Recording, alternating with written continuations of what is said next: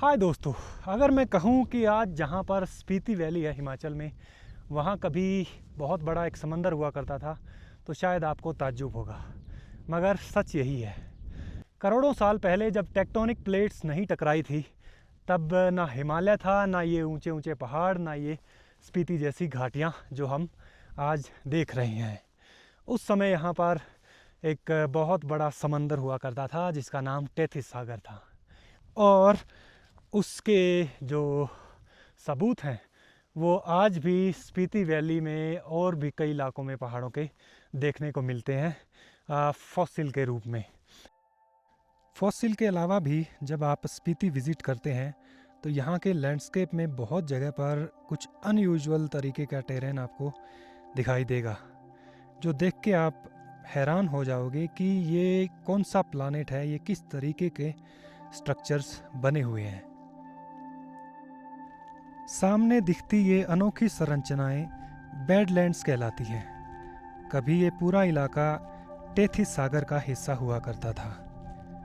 फिर हिमालय का निर्माण हुआ और समुद्र की तलहटी में जमी हुई रेत, मिट्टी, तलछट हजारों फीट ऊपर उठ गई। फिर शुरू हुआ नेचर का सबसे लंबा और धैर्यपूर्ण काम, कटाव। हवा, बारिश, बर्फ, बहते पानी ने लाखों सालों तक इन कच्ची चट्टानों को तराश कर इस रूप में लाकर खड़ा कर दिया जिस रूप में आज ये हमारे सामने है।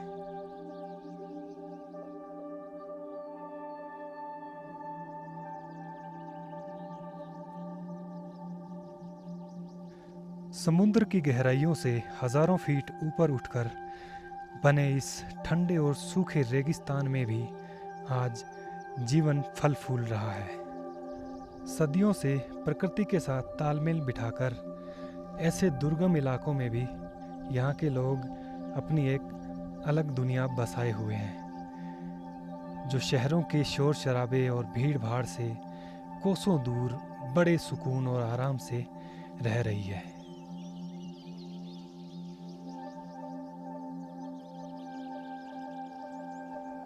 ये दुनिया जितनी खूबसूरत और सुकून भरी है, यहाँ तक पहुँचने के रास्ते उतने ही डेंजरस हैं। जहाँ एक तरफ हमारे सर के ऊपर मजबूत चट्टानें लटक रही होती हैं, तो दूसरी तरफ नीचे सैकड़ों फीट गहरी खाई।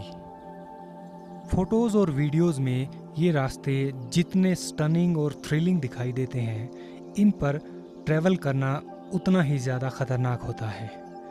हर वक्त आपके सर पर मौत का ख़तरा मंडरा रहा होता है। जगह जगह पर ऊपर से पत्थर या मलबा गिरने का डर रहता है, और इतने कम स्पेस में हर वक्त आपको चौकन्ना रहकर चलना पड़ता है। कई कई जगहों पर जहाँ रेलिंग नहीं है, वहाँ नीचे सैकड़ों फीट गहरी जब खाई दिखाई देती है तो इंसान के हौसले पस्त हो जाते हैं। जैसे जैसे सफ़र आगे बढ़ता है, सड़क और संकरी होती जाती है और रास्ते की हालत बद से बदतर।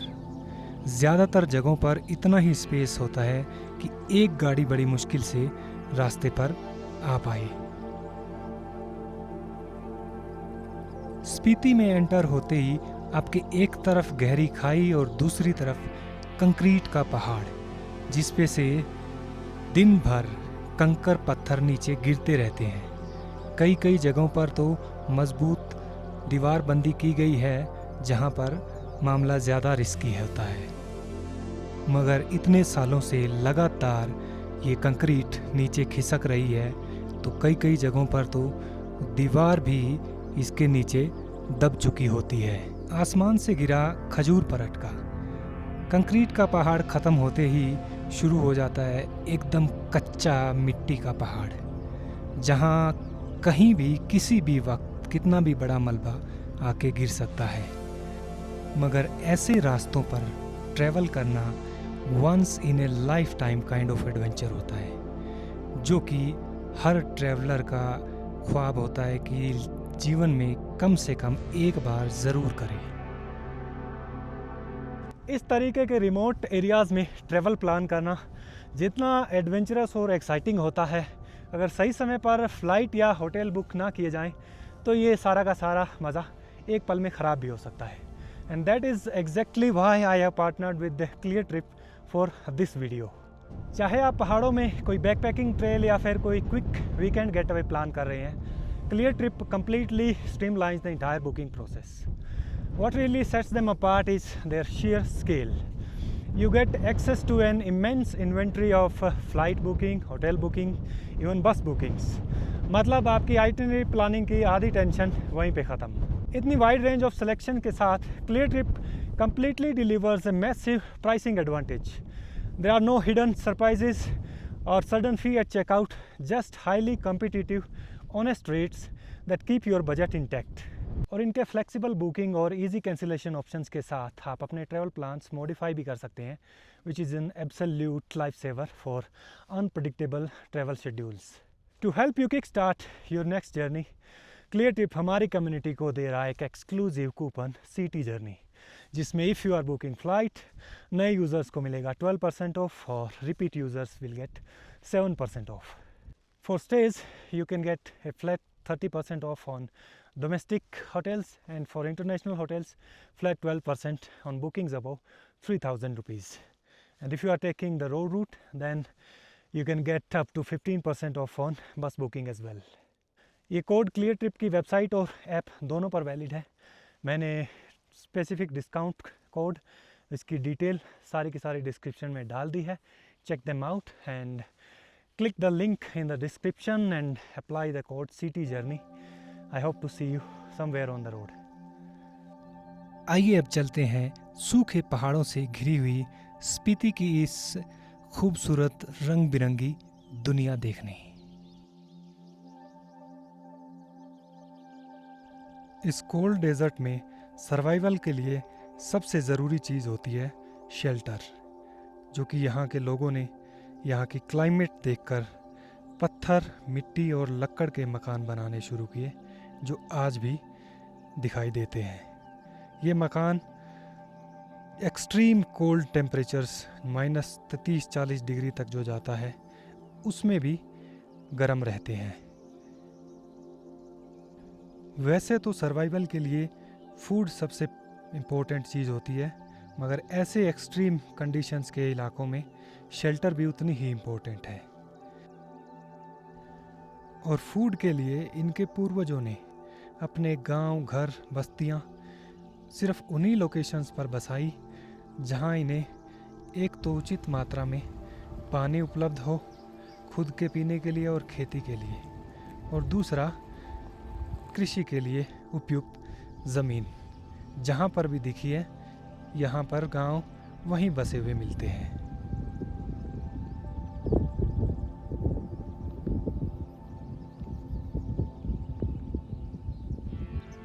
हालांकि एक्सट्रीम कंडीशंस की वजह से यहाँ पर साल में सिर्फ एक बार खेती होती है, समर सीज़न में। उसी में यहाँ के लोगों को अपने लिए अनाज और पशुओं के लिए चारे की व्यवस्था हो जाती है, जो इनके सर्दियों में काम आता है। पशुओं में यहाँ ज़्यादातर लोग गाय और याक पालते हैं, जो दूध के साथ साथ खेतों में भी जुताई करने के लिए उपयोगी साबित होते हैं। जिन लोगों के गांव नीचे घाटी में नहीं हैं, वो ऊपरी इलाकों में पहाड़ों पर अपने पशुओं को चराने के लिए लेके जाते हैं गर्मियों के टाइम।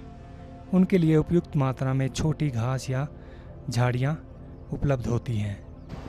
और जो गांव नीचे घाटी में बसे हुए हैं, उन सब के लिए तो स्पीति नदी एक लाइफलाइन का काम करती है। जब सर्दियों में ऊंचे पहाड़ों में ठंड के कारण पानी की धाराएं जम जाती है, या गर्मियों में वही धाराएं तेज़ धूप के कारण जल्दी पिघलकर सूख जाती हैं, तब पानी की किल्लत आती है। और तब यहाँ काजा और बाकी गांवों के लोग ऐसे गाड़ियों में बड़ी बड़ी टैंकियाँ यहाँ स्पीति नदी से भर के अपने घरों में लेके जाते हैं, जिससे कि उनकी पानी की आपूर्ति पूरी होती है। इसके अलावा स्पीति नदी का इतना चौड़ा फैला हुआ रिवर बेड, जिसमें छोटी छोटी बुशीज के बहुत से ऐसे जंगल उग रखे हैं, जिससे कि यहाँ की ऑक्सीजन लेवल और इकोलॉजिकल बैलेंस को बरकरार रखने में मदद मिलती है।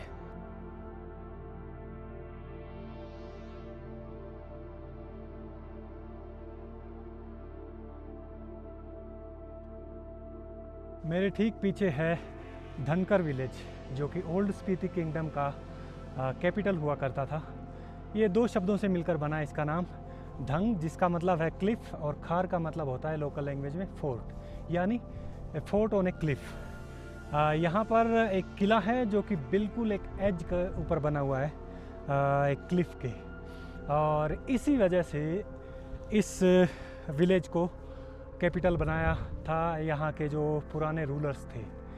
काजा, जो कि आज के वक्त स्पीति की कैपिटल है, वो उस ज़माने में 12-13 घरों का एक छोटा सा गांव हुआ करता था, और धनकर जो है वो एक्चुअल कैपिटल थी उस टाइम के रूलर्स की। यहाँ से पूरी वैली का जो नज़ारा आप देख सकते हैं, और इसी वजह से वो लोग यहाँ से स्पीति पर राज कर पाते थे, ताकि नीचे से आने वाली किसी भी तरीके के बाहरी आक्रमण को उसके ऊपर नज़र रखी जा सके और उसको रोका जा सके। ये रह जाता है धनकर विलेज नीचे। ये गांव के लोगों के मकान हैं, रिहाइश के, और यहाँ सबसे टॉप जो क्लिफ है वहाँ खड़ा हूँ मैं। तो ये सामने वाला भी एरिया जो है ये फोर्ट का है।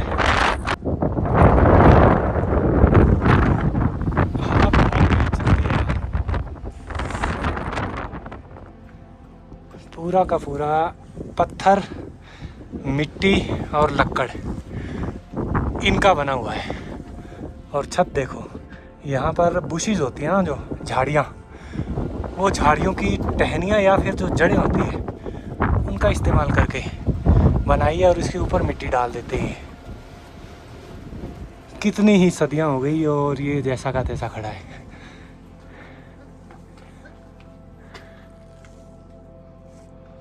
देखो यहाँ ये सबसे टॉप पॉइंट है, तो इस तरफ भी पूरी जो वैली है उस पर नज़र रख सकते हैं।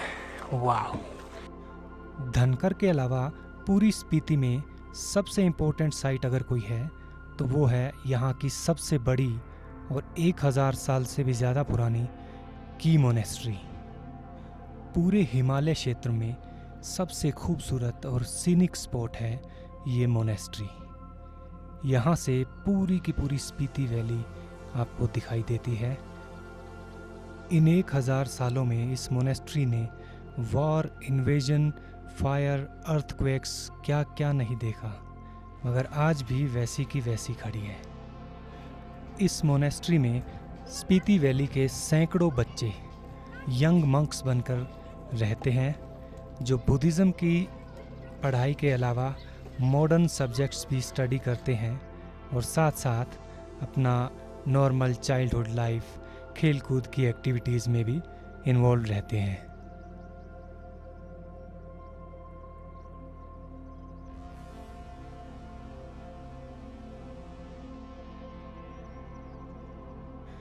ये है छीछम ब्रिज, जो कि स्पीति वैली में किसी अजूबे से कम नहीं है। 13,500 फुट की ऊंचाई और 1000 फीट गहरी खाई पर बना हुआ ब्रिज सिर्फ एक फोटो स्टॉप नहीं है, बल्कि it's one of the greatest engineering works in the Himalayas. Chicham, Kibber और लांगजा गांवों के बीच में इस तरह के हज़ारों फीट गहरे गोर्जिस बने हुए हैं, जो कि इस बात का प्रमाण है कि ये जगह किसी ज़माने में समुद्र का सबसे गहरा कोना रही होगी।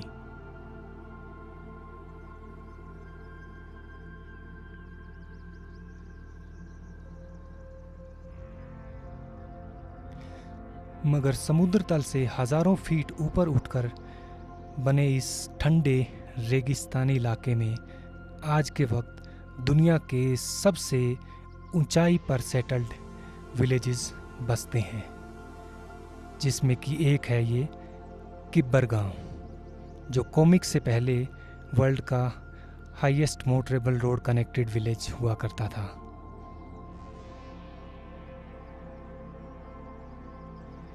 ये गांव देखने में जितने खूबसूरत लगते हैं, यहाँ पर जनजीवन उतना ही कठिन और मुश्किलों भरा है। आज भले ही टूरिज़्म और रोड कनेक्टिविटी की वजह से काफ़ी चीज़ें यहाँ बदली हुई हैं, मगर इसके बावजूद ये जगह इतनी दुर्गम और इतनी वीरान है कि यहाँ पहुँचने में भी इंसान को कम से कम 2 दिन का समय लगता है। और यहाँ पहुँचकर ऐसा लगता है मानो आपने कई सालों की यात्रा कर ली हो या किसी दूसरी दुनिया में पहुँच गए हों। ये है Langza the fossil village of Spiti. 14,500 foot की ऊंचाई पर बसा हुआ ये गांव भारत ही नहीं दुनिया के सबसे हाईएस्ट विलेजेस में से एक है, जिसके ठीक पीछे चाउ चाउ कांग निल्दा यानी प्रिंसेस माउंटेन दिखाई देती है।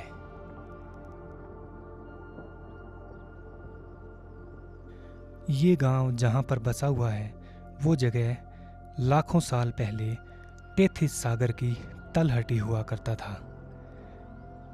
इस गांव को फॉसिल विलेज इसीलिए कहते हैं क्योंकि इस गांव के आसपास की ज़मीन में सबसे ज़्यादा समुद्री जीवों के फॉसिल्स मिलते हैं।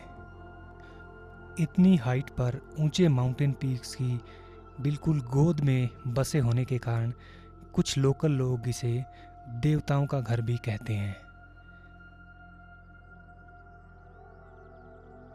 यहाँ की कंडीशंस इतनी हार्श है कि जून के महीने में भी यहाँ तेज़ ठंडी हवाएं और कंपा देने वाली ठंड पड़ती है। और यहाँ के लोगों ने भी यहाँ के वातावरण के अनुकूल खुद को ढाल रखा है। बच्चों से लेकर बूढ़ों तक इस कड़ाके की ठंड में सरवाइव करने में सक्षम है। टूरिज़्म बढ़ने की वजह से कम समर टाइम में इन लोगों को एक रोज़गार का अवसर मिलने के साथ साथ इस दुर्गम इलाके का जो वीरानापन है उससे थोड़ी राहत मिलती है, कुछ समय के लिए ही सही। टूरिस्ट लोग आते हैं, थोड़ा टाइम पास होता है, उनकी आवाजाही से मन लगा रहता है।